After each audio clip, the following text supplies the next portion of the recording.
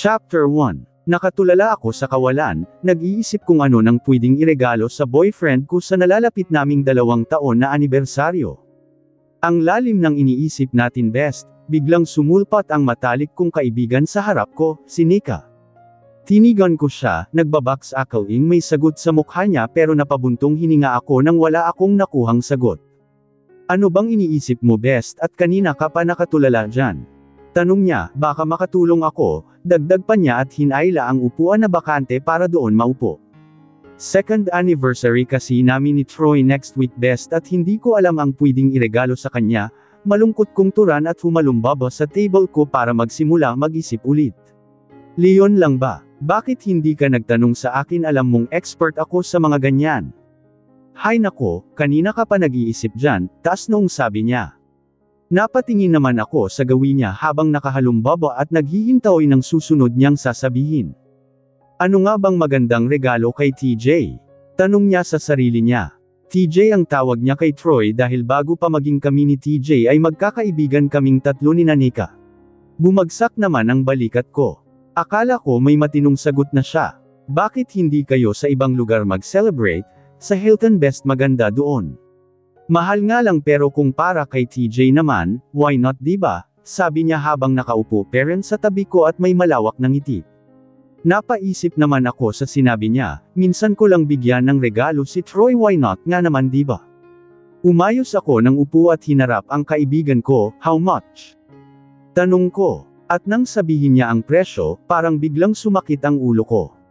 Hey babe, here. Abot ko sa boyfriend ko nang magkita kami dito sa labas ng pinagtatrabahuan ko. Gabi-gabi niya kasi akong sinusundo galing sa trabaho. What's this? Nagtatakang tanong niya habang binubuksan ito. Hindi ko siya sinagot. Ngumiti lang ako sa kanya, hinihintay na ilabas niya ang laman ng envelope na inabot ko sa kanya. Nakita kong nagningning ang mata niya nang makita ang laman nito. Sa tuwa niya iniyakap niya ako ng mahigpit at hinalikan pa ako sa noo. Thank you, babe. How did you know that I want to go here especially with you? Masayang tanong niya. Ngumiti lang ako sa kanya dahil hindi ko naman alam na gusto niyang puntahan ang Hilton. Sasabihin ko sanang sinuggest lang ni Nika ang lugar na iyon sa akin pero hindi ko na lang sinabi, ayokong mawala ang ngiti mula sa kanyang labi. We're thinking the same things, babe, masayang ani ko. Muli ay niyakap niya ako at ginawaran niya ang aking labi ng mabilis na halik. Second day at Hilton nagising ako nang maramdaman ko ng may yamakap sa akin, nanatili akong nakapikit in-enjoy ang yakap ng kasintahan ko at isa pa ay napagod ako sa ginawa namin kagabi. Napakagat ako sa labi nang maalala ang nangyari kagabi. Para akong tanga sa ginagawa ko ngayon, nakakagat sa labi habang nakapikit. Napakahirap ng gabing iyon, masakit pa rin ang buong katawan ko. Ngunit wala akong dapat pagsisihan na ibinigay ko ang aking sarili sa tamang tao at lalo na sa lalaking mahal ko. Sa 2 taon naming magkasintahan, hindi ko hinayaang hawakan niya ako, dahil gusto kong mapanatili ang aking virginity para sa makabuluhang kaganapang ito. At iyon ay kahapon, ang araw ng 2 taong anibersaryo. I made the decision na siya na ang tamang tao para makasama ko habang buhay. Ayoko pang imulat ang mata ko, gusto ko pang matulog sa mga bisig niya dahil wala naman akong trabaho ngayong araw.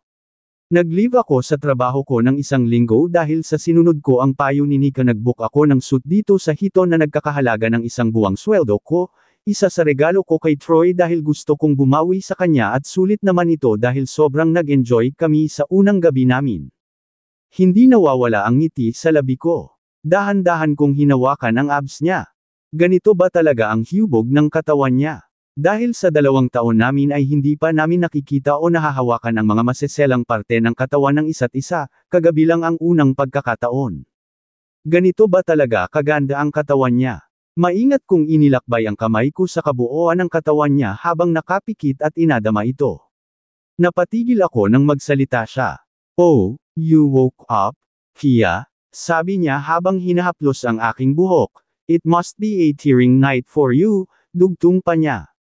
Not at all, Troy, I enjoy it very much. Wait, who the heck is Pia? Biglang bawi ko sa sinabi ko. Minulat ko ang aking mata at nakakita ako ng ibang mukha, hindi ang mukha ng lalaking mahal ko.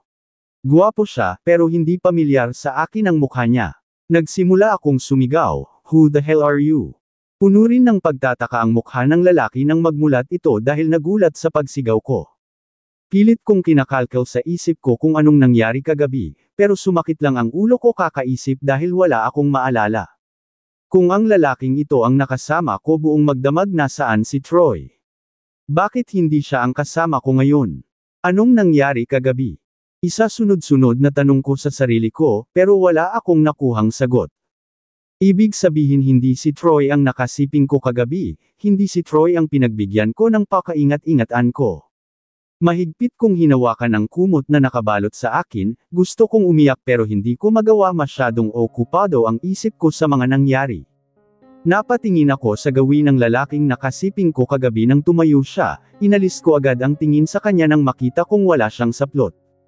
Pinaikit ko na lang ang mata ko dahil naglakad-lakad siya sa harap kong hubot H*******D at isa-isang pinulot ang mga damit niyang nagkalat sa sahig at sinuot ang mga ito.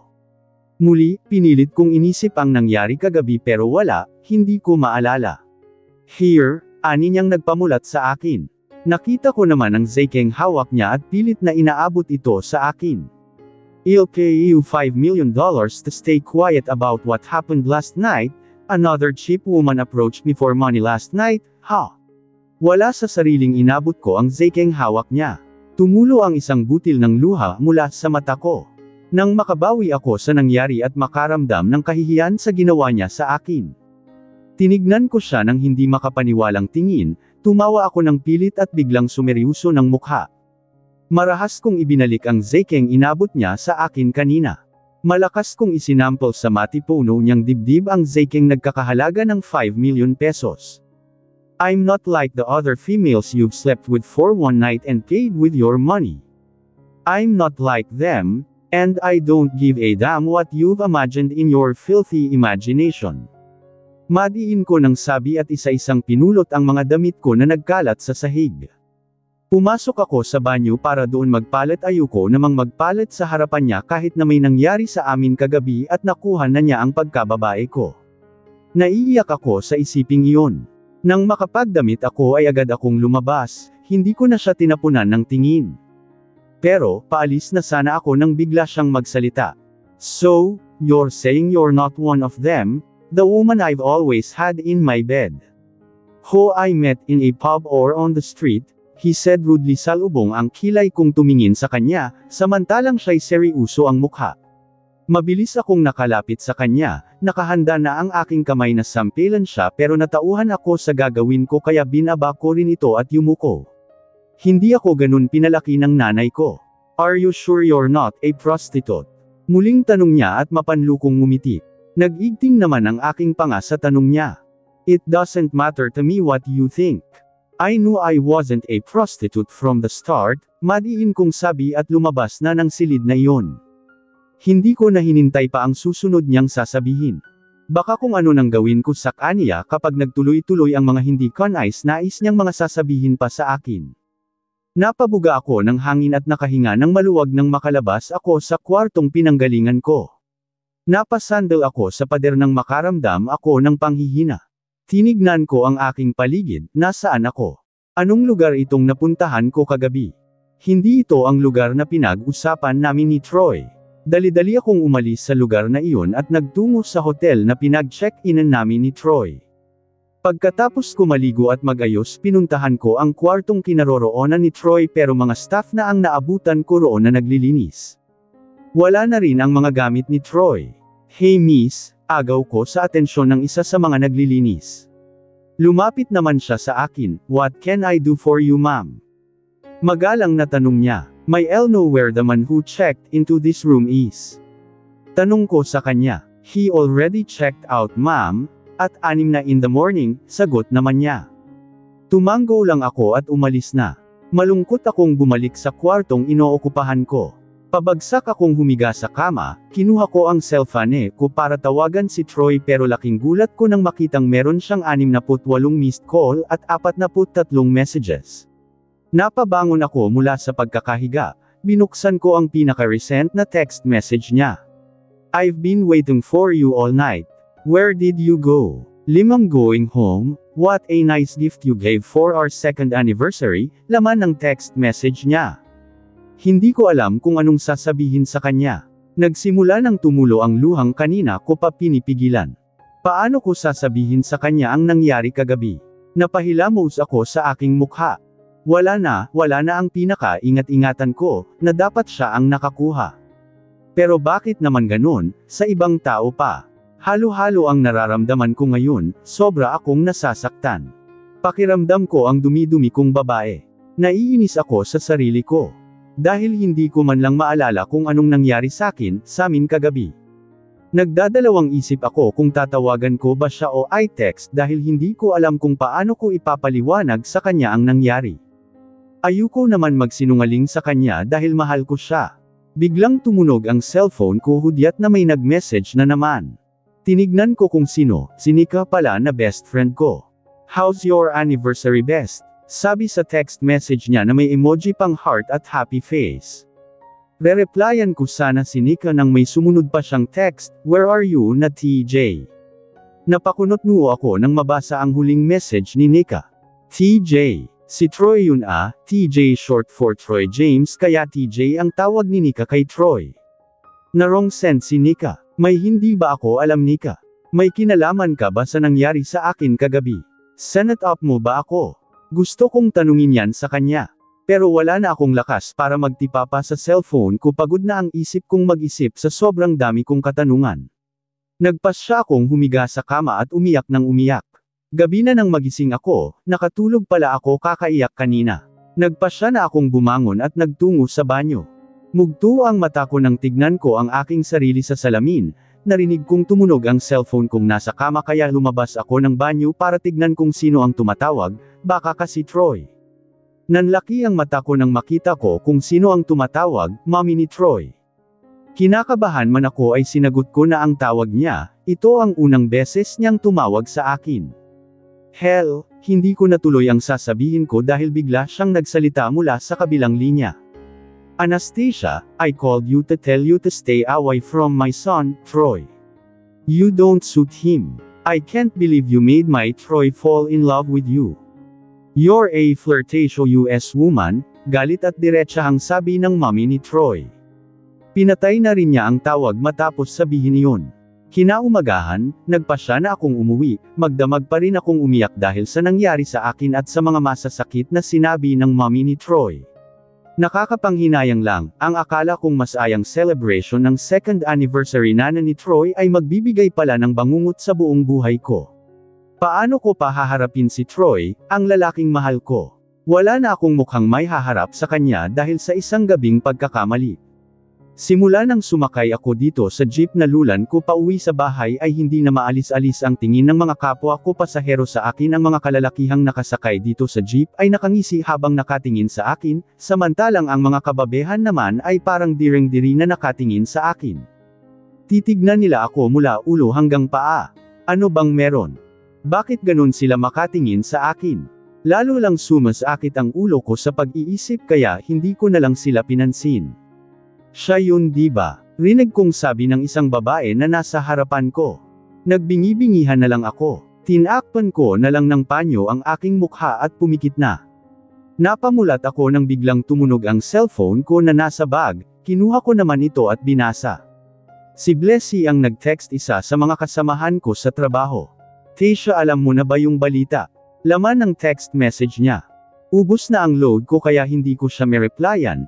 Ipapasok ko na sana sa bag ang cellphone ko dahil narito na ako sa babaan papunta sa amin nang tumunog ulit ito.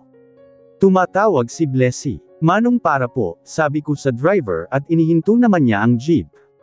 Pagkababa ko sinagot ko agad ang tawag ni Blessy. Hello, Blessy, ano yung sinasabi mong balita? Sabi ko habang naglalakad papasok sa eskinita papunta sa bahay. Tasha, kasi, huwag kang mabibigla ha, hindi mapakilang, sabi niya. Napakunot naman ako ng aking noo. Ano ka ba Blessy, sabihin mo na lang kasi, maalumanay naman na sabi ko, pero ang totoo kinakabahan na ako sa kung anong sasabihin niya. May kumalakat kasi sa social media na picture mo kasama ang isa sa pinakamayaman na CEO sa buong mundo. Akala ko ba magka-celebrate kayo ni Troy ng second anniversary nyo kaya ka Leave. Pinasahan kita ng load, tignan mo yung picture na sinend ko sa'yo, natatarantang sabi niya. Agad ko naman tinignan ang sinasabi niya. Muntik ko nang mabitawan ang cellphone ko sa nakita ko. Nakita ko ang sarili kong walang saplot, maging ang lalaking kasama ko ay wala ring saplot, pero blurred ang mukha ng lalaki at yung mukha ko lang ang hindi. Matagal kong tinitigan ang larawan sa cellphone ko, bakit kailangan umabot sa ganito? Ako na nga ang nawalan, ako pa napasama sa mga matang mapanghusga. Naririnig kong nagsasalita pa si Blessy pero pinatay ko na ang tawag, pinunasan ko ang luhang nasa pisngi ko.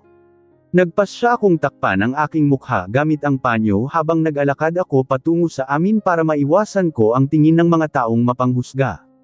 Binilisan ko ang paglalakad para makarating agad sa bahay, pero malayo pa lang ako rinig ko na ang sigawan ni nanay at tatay. Sinasaktan na naman ni tatay si nanay. Tumakbo ako agad para pigilan si tatay sa pananakit kay nanay. Nang mahawakan ko ang kamay ni tatay ay malakas niya akong itinulak kaya bumagsak ako sa lupa. Huwag kang makialam dito, dahil sampad ka lang sa pamamahay ko. Hindi kita anak, marahas niyang sigaw sa akin habang dinuduro niya ako. Bumangon ako para habulin si nanay dahil marahas siyang hinihila ni tatay papasok sa loob ng bahay. Natatakot akong mas lalo siyang saktan ni tatay. Nahawakan ko ang kamay ni nanay pero sampal lang ang natanggap ko mula kay tatay kaya napabitaw ako kay nanay at napaluhod sa lupa habang umiiyak. Naipasok na niya sa loob si nanay, kinandado niya ang pinto at sumigaw siya mula sa bintana, "Wala kayong pinagkaiba ng nanay mo. Wala akong anak na malandi at haliparot katulad mo. Lumayas ka at huwag na huwag ka nang babalik sa pamamahay ko." Sigaw niya. Tumayo ako mula sa pagkakaluhod habang umiiyak. Nakita ko si nanay sa loob umiiyak rin katulad ko pero naawa ako sa kanya, lagi siyang sinasaktan ni tatay. Lumapit ako sa bintanang kinaroroonan ni nanay, "Nay," iyak ko habang pilit siyang inaabot. Pinalo ni tatay ang kamay kong nasa loob ng bintana, "Umalis ka na," sabi. "Kapag hindi ka pa umalis sasaktan ko na naman ng nanay mong kagaya mo," sabi niya at aambahan na naman niya si inay pero. Tuldok. "Tay, tama na po, aalis na po ako, huwag niyo nang sasaktan si nanay," nagmamakaawang iyak ko kay tatay. Muli ay lumapit ako sa bintana, ganun rin si nanay, hinalikan niya ang kamay ko at sinenyasan akong umalis na. "Babalikan kita nay, babalikan kita," iyak kong palem kay inay pero umiling lang siya. Gusto ko na siyang mailayo kay tatay pero si nanay mismo ang umaayaw. Ayaw niyang iwan si tatay kahit na ganun na ang trato nito sa kanya. Wala akong magawa kundi ang umalis at bumalik sa malit kong apartment dito sa syudad malapit sa pinagtatrabahuan ko. Ramdam kong nanghihina na ang katawan ko kaya nagpasya akong magpahinga muna, wala na akong lakas, hindi pa ako kumakain simula kahapon. Humiga ako sa manti kong kama na sobrang nipis na, pinunasan ko ang luha na patuloy pa ring dumadaloy sa pisngi ko at pumikit, ayaw pa rin tumigil ng pag-agos ng luha ko. Gusto ko nang matapos tong masamang panaginip na to. Mas malala pa ito sa masamang panaginip kundi bangon na. Sana paggising ko wala na yung sakit. Sana makalimutan ko na ang nangyari at sana bumalik na ang lahat sa dati, munting dalangin ko habang nakapikit. From, Babe, Troy, "Hey Anastasia, I hope you're doing well. I had a lot of fun getting to know you, but to be honest, I don't think we have much in common. It was a pleasure to meet you. I wanted to express how much I appreciate our conversations and how much I would like to see you again, but I believe we aren't compatible and that this relationship isn't working for me. As a result, I'd like to cease all further contact with you and wish you the best of luck in the future. I'm sorry it's over. Akala ko paggising ko magiging maayos na ang lahat, pero nang mabasa ko ang text message ni Troy ay parang gusto ko na lang matulog habang buhay sa sobrang sakit na nararamdaman ko ngayon. Maaga akong nagising para maghanda sa pagpasok ko sa trabaho. 1 buwan na rin ang nakalipas simula nang maging sikat ako sa social media. 1 buwan na rin akong hindi lumalabas ng apartment ko. Ubus na ang pang-1 buwang stock ko. Wala na rin akong pera kaya kahit ayoko pang lumabas kailangan kong magtrabaho. Ayokong mamatay sa gutom. Wala naman akong ibang aasahan kundi ang sarili ko. Pagkatapos kong magayos ay pumasok na ako sa aking trabaho. Tama na ang 1 buwan na pagmumakmak. Akala ko sa isang buwan ko na hindi pagpasok sa trabaho'y makakalimutan nila ang nangyari pero hindi pala. Ang ibang kasamahan ko'y hindi nagbago ang pakikitungo sa akin ngunit ang iba naman ay parang bumaba ang tingin nila sa akin. Unang araw ko sa trabaho pero gabundok na ang trabahong ibinigay sa akin ng mga katrabaho ko. Binibigay nila sa akin lahat ng uri ng trabaho, akala kasi nila'y hindi ko kayang magreklamo sa kanila dahil wala daw akong karapatan magreklamo. Gabi na nang makauwi ako galing sa trabaho. Tinapos ko lahat ang mga trabahong pinasa nila sa akin para wala na akong masyadong gagawin bukas. Kinaumagahan, ganun na naman ang nangyari. Gabundok na naman ang dapat kong tapusin. Gustuhin ko mang magreklamo ay hindi na lang ako umimik dahil isusumbat lang nila sa akin ang nangyari sa akin noong nakaraang buwan. Hindi ko nakita si Nika sa building na pinagtatrabahuan namin. Nang sumapit ang break time ay lumapit ako kay Blessy, may itatanong ako sa kanya. Pwedeng makiupo? Tanong ko kay Blessy habang hawak ang tray ko na ang tanging laman ay tubig at isang biskwit. Tasha, oh sure, masayang sabi niya bago kumagat sa ulam niyang fried chicken. Ngumiti ako sa kanya bago umupo sa harap niya. Diet ka? Tanong niya nang makita ang binili ko. Napakamot ako sa ulo at nahihiya akong tumango. Ang totoo niyan ay nagtitipid ako. Inalok niya sa akin ang fried chicken na hindi pa niya nakakagatan pero tumanji ako. Nagkibit balikat lang siya at bumalik ulit sa pagkain. Nagsimula na rin akong kumain. Nang matapos kamay sa pagkain ay nagpasya akong magtanong kay Blessy tungkol kay Nika. Blessy pwedeng magtanong, ani ko kay Nika habang nakaupo lang kami dito sa kantin naghihintay matapos ang lunch break. Ano yun? Sabi niya nang hindi tumitinan sa akin dahil busy siya sa pagtitipa sa cellphone niya. Kanina ko pa kasi hinahanap si Nika pero hindi ko makita nasaan siya. Tanong ko kay Blessy. Biglang napatingin sa akin si Blessy. Nagtataka ang ekspresyon ng mukha niya. Bakit mo hinahanap si Nika? Akala ko ba magkasama kayo? Nagtatakang sabi niya sa akin. Tumigil na rin siya sa pagtipa sa cellphone niya. Nagulat ako sa sinabi niya. Ha? Clueless kong ani at tumingin sa kanya. Mag-iisang buwan nang nakalive si Nika, Tasha. Ang ipinaalam niya kay ma'am ay dadamayan niya ang matalik niyang kaibigan dahil sa may malaki itong problemang kinakaharap, sabi ni Blessy habang nakatingin sa akin. Pinayagan siya ni ma'am dahil hindi pa niya nagagamit ang isang month leave niya at ang akala naman ni ma'am ay ikaw ang dadamayan niya, dugtong pa niya. Napailing na lang ako. Sa isang buwan kong nagkulong sa apartment ko, wala ni isa ang bumisita sa akin. Hinihintay ko siya, si Nika, na kumatok sa pintuan ko pero hindi niya ako dinalaw kahit minsan. Iniisip ko na baka busy siya sa trabaho dahil wala ako at sa kanya lahat ibibigay ang dapat na sa akin ipapagawa. Nika, where were you when I needed you? Ako at si Troy lang naman ang matalik mong kaibigan.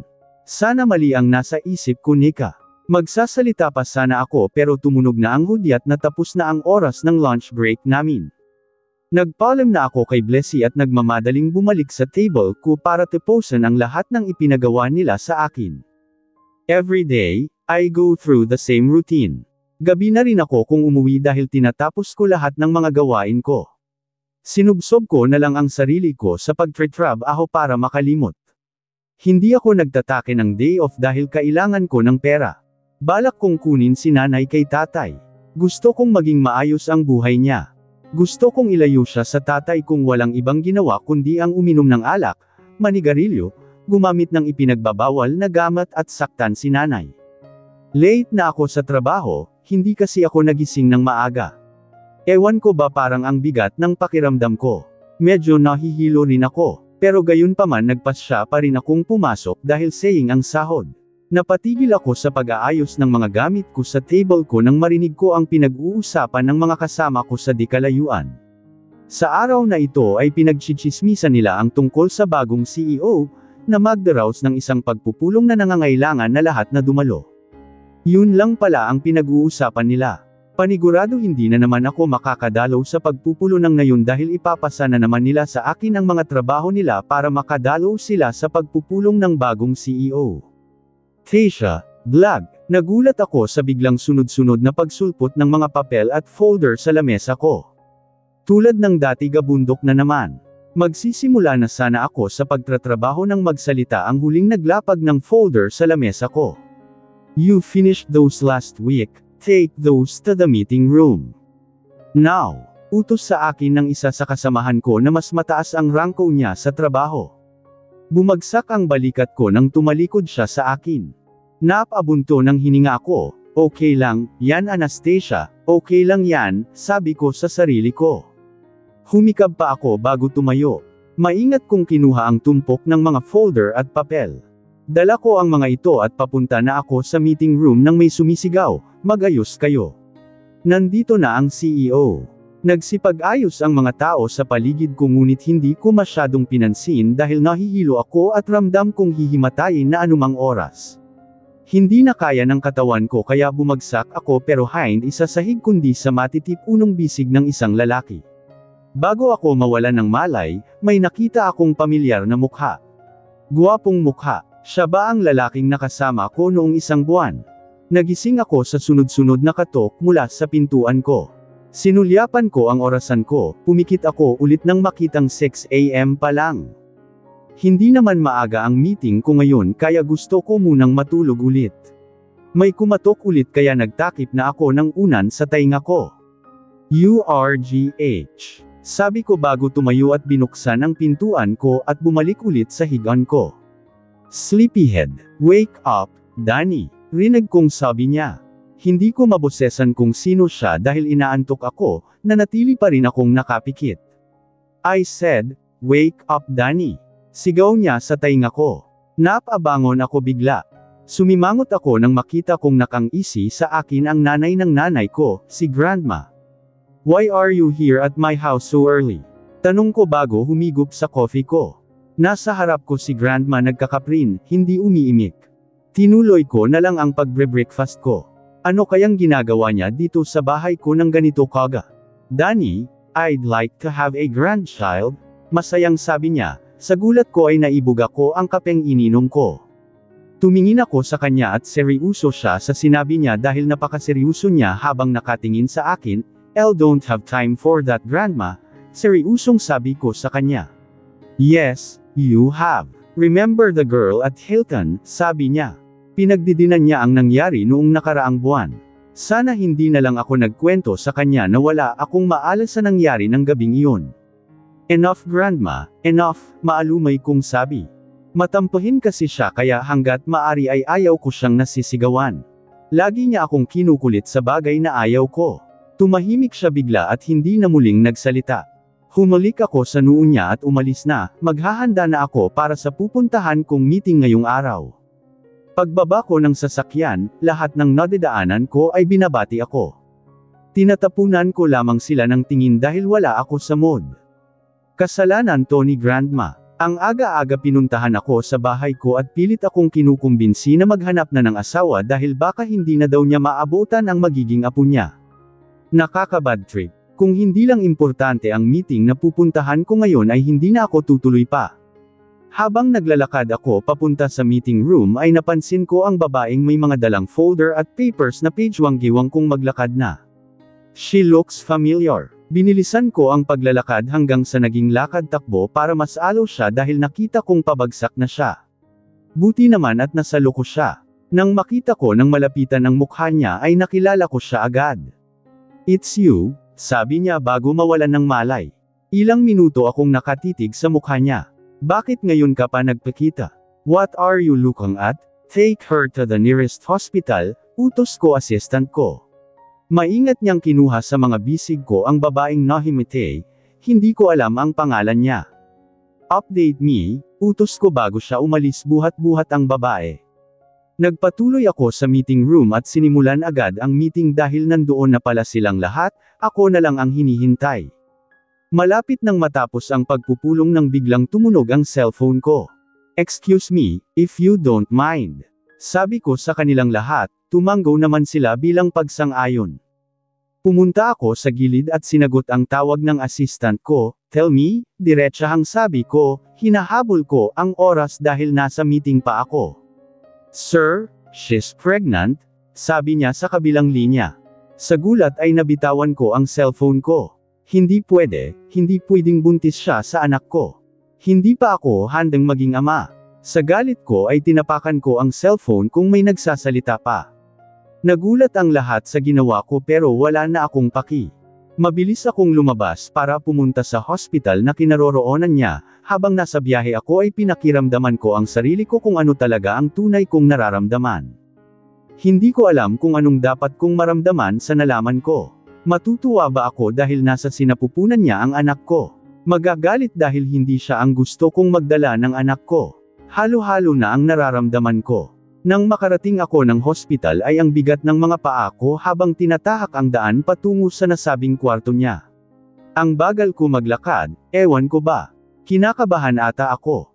Nasa tapat na ako ng room niya pero nagdadalawang isip ako kung pipihitin ko ba ang doorknob o hindi.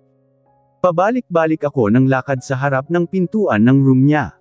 Hanggang sa bumukas ito at lumabas ang isang nurse mula sa loob. Nanlaki ang mga mata ko nang makita si Grandma. Hindi katulad kaninang umaga ay malawak ang ngiti niyang nakatingin sa akin. Bakit siya nandito? Paano niya nalaman? No wonder she's the de facto head of our family businesses. Danny, I'm glad you're here, sabi niya nang makalapit sa akin at yamakap. Natulala ako sa babae nang makita kong nakatingin siya sa labas ng bintana, mukhang malalim ang iniisip niya. Humiwalay na sa pagkakayakap si Grandma sa akin. Anastasia, sweetheart. Danny has arrived, and he is the father of your child. Sabi niya sa babae. Anastasia pala ang pangalan mo. Naaga naman ni Grandma ang atensyon niya kaya tumingin siya sa amin. Ang mata niya ay walang emosyon nang magtama ang mga mata namin. Hindi ko mabasa ang nasa isip niya. Grandma, I don't believe this is the appropriate moment for it, sabi ko kay Grandma. Kita ko sa mata niya na hindi pa siya handang pag-usapan ang tungkol sa bagay na iyon. Don't tell me what I should or shouldn't do or say, Danny, maautoridad niyang sabi. Napabunto ng hininga na lang ako. Tumingin ulit ako kay Anastasia pero bumalik ulit ang tingin niya sa labas ng bintana. Nagkibit-balikat na lang ako at umupo sa gilid dahil nangangalay na ang mga paa ko, kanina pa ako nakatayo sa meeting na pinanggalingan ko. I understand you were both surprised by what happened, but it doesn't bother me. I've made up my mind. Danny, let's keep the kid and marry Anastasia, nakangiti pero maautoridad niyang sabi. Unti-unti kong minulat ang mata ko nang makarinig ako ng boses. Nasaan ako? Linaybot ko ang aking paningin at tanging puti lang ang nakikita ko. You're awake, how are you feeling? Nag-aalalang tanong niya at ipinasok niya sa bag ang kanyang cellphone. Nagulat naman ako sa kanya dahil bigla na lang siya sumulpot at nagsalita. Hindi ko siya kilala, hindi pamilyar ang mukha niya sa akin. Tinignan ko siya ng mabuti, ang gara ng kasuotan niya pati na rin ang amoy niya pang mayaman. Sino kaya ang babaeng nasa harap ko? Hey, stop staring at me, sabi niya. Natauhan naman ako kaya iniwas ko ang tingin ko sa kanya. Ang tansya ko sa edad niya ay nasa 40 years old. Sorry po, hingi ko ng tawad at yuno ko na. Napahawak ako sa ulo ko nang biglang sumakit ito. Nataranta naman ang babaeng kasama ko dito at nagtawag ng nurse. Dumating naman ang nurse at chinek ako. Matapos niya akong i-check ay ngumiti siya sa akin. Nakakapagtaka. Mrs. ano pong nararamdaman niyo? Tanong niya Mrs. Sino? Ako. Medyo nahihilo lang po ako, sagot ko sa kanya. Naguguluhan ako pero sinagot ko na lang ang tanong niya. Pagkamalan ba naman akong Mrs. na? Natatawa naman ako sa isiping iyon, ganoon na ba ako ka-stress para pagkamalang Mrs. na? Anything else? Tanong niya ulit. Umiling na lang ako. Pinasadahan ko ng thangan ang babaeng kasama ko kanina dito sa kwarto na nag-aalala pa rin ang mukha niya. Normal lang po yan Mrs. dahil sa pinagbubuntis niyo, nakangiting sabi niya. Nanlaki ang mata ko sa sinabi niya. Paulit-ulit nagplaplay sa isip ko ang sinabi niya. Nagsasalita pa siya pero hindi ko na naiintindihan dahil hindi mawala sa isip ko ang sinabi niya. Natulala ako, buntis ako. Naramdaman kong bomb AKAS ang pinto at lumabas doon ang nurse at may pumasok. Nagsalita ang babaeng kasama ko kanina pero hindi ko naiintindihan. Masyadong okupado ang isip ko sa sinabi ng nurse kanina. Nag-uusap ang babaeng kasama ko kanina at nang bagong kakapasok lang, normal lang po yan misis dahil sa pinagbubuntis niyo paulit-ulit yan sa utak ko. Nang marealize ko ang sinabi ng doktor kanina ay bigla na lang akong umiyak. Iyak lang ako ng iyak hanggang sa may yumugyug sa akin at napatingin ako sa kanya. Napatitig ako sa mukha niyang nag-aalala. Mas lalo ako nang naiyak dahil siya ang lalaking iyon, ang nakasama ko noong nakaraang buwan. Ang lalaking ama ng dinadala ko. Yinakap niya ako at pinatahan, sastahan na, pagpapatahan niya sa akin. Hinahagod niya ang likod ko hanggang sa napagod akong umiyak at nakaramdam ng antok. Nakatulog pala ako kanina, nagising lang ako nang makarinig ako nang nag-uusap sa tabi ko. Nakita kong nag-uusap ang babaeng kanina pa nandito sa kwarto ko at ang lalaking nakasama ko noong nakaraang buwan. Grandma naman, bakit pa kailangang umabot sa kasalan ito? Susustensuhan ko naman ang batang nasa sinapupunan niya at pati na rin siya, rinig kong sabi niya. So lola niya pala ang babaeng ito na kanina pa nandito. Oo nga pala buntis ako. Naiiyak na naman ako nang maalala ko. Hindi naman ako iyakin dala siguro ng pinagbubuntis ko ito. Itinigil ko muna ang pag-iisip para hindi makasama sa anak ko. Lalaki ka ba talaga Danny? Hahayaan mong lumaki ang anak niyo nang hindi kompleto ang pamilya niya, pangaral niya sa lalaki na Danny pala ang pangalan. Natahimik naman ang lalaki. Marry her before you take her home, para maalagaan mo ang mag-ina mo, utos niya kay Danny. How can I marry her if I don't have feelings for her, sabi ni Danny. Ang sakit naman, wala rin akong nararamdaman para sa kanya pero bakit ako nasaktan sa sinabi niya? Danny. Sigaw ng babae sa pangalan niya. Magsasalita pa sana si Danny pero nagsalita na ako. Moalang-galang ho, ayoko po sana makialam sa piyang uusapan niyo pero tama na po ang narinig ko mula sa kanya. At tinignan ko si Danny, wala ho sa isip ko ang magpakasal sa taong wala rin ho akong nararamdaman, napakagat ako sa labi ko dahil naiiyak na naman ako. Ang hirap naman pagbuntis napaka-emosyonal, buntis ako sa anak mo pero hindi yun sapat na rason para sumama ako sa iyo sa bahay niyo. May bahay naman ako at mas gugustuhin kung tumira doon kaysa sa bahay ng iba at hindi ko kilala. Pero paano kayo ng baby niyo? Sabi ng lola ni Danny. Hindi ko po ipagkakait ang bata sa inyo kapag naipanganak ko na, sabi ko at tumayo na. Where are you going? Tanong ni Danny at inalalayan ako. Kaya ko na, sabi ko sa kaniya at maingat niya akong binitawan. Nakauwi na ako sa bahay na tinutuluyan ko, matagal pa akong pinilit ni Danny at ng lola niya na tumira muna pansamantala sa isa sa mga bahay nila kung ayaw ko raw tumira sa mismong bahay ni Danny. Pero mas pinili kong umuwi dito sa apartment ko at para makapag-isip-isip na rin. Umupo ako sa kama ko at hinaplos ko ang tiyan ko. Anak, huwag mo masyadong pahirapan ang mama ha. Lingitan kita anak pangako, kausap ko sa anak ko kahit alam kong hindi pa niya ako naririnig dahil 4 weeks old pa lang siya sabi ng doktor. Wala akong gana kumain kaya natulog na lang ako. Kanina pa ako gising pero ayaw makisama ng katawan ko, ang bigat ng katawan ko at nahihilo na naman ako. Pinilit kong bumangon ng mahadjap ng mata ko ang orasan na malapit na mag-alas 7 ng umaga. Tulad ng nakasanayan ko sa umaga bago pumas okay ay nagluto ako ng itlog at tuyo na ulam ko. Nang matapos ako magluto at naihanda na lahat ng kakainin ko, susubo na sana ako ng tuyo pero nang maamoy ko ito ay bigla na lang akong naduwal. Tumakbo ako sa lababo at samuka pero wala namang lumalabas sa bunganga ko. Nang matapos ay nagmumug ako at naghimalos. Napaupo ako sa upuan ko kanina at inilayo na ang tuyo. Napahalumbaba ako at napabuntong hininga. Napahawak ako sa tiyan ko. Nagsimula na ang unang araw ng aking na paglilihi.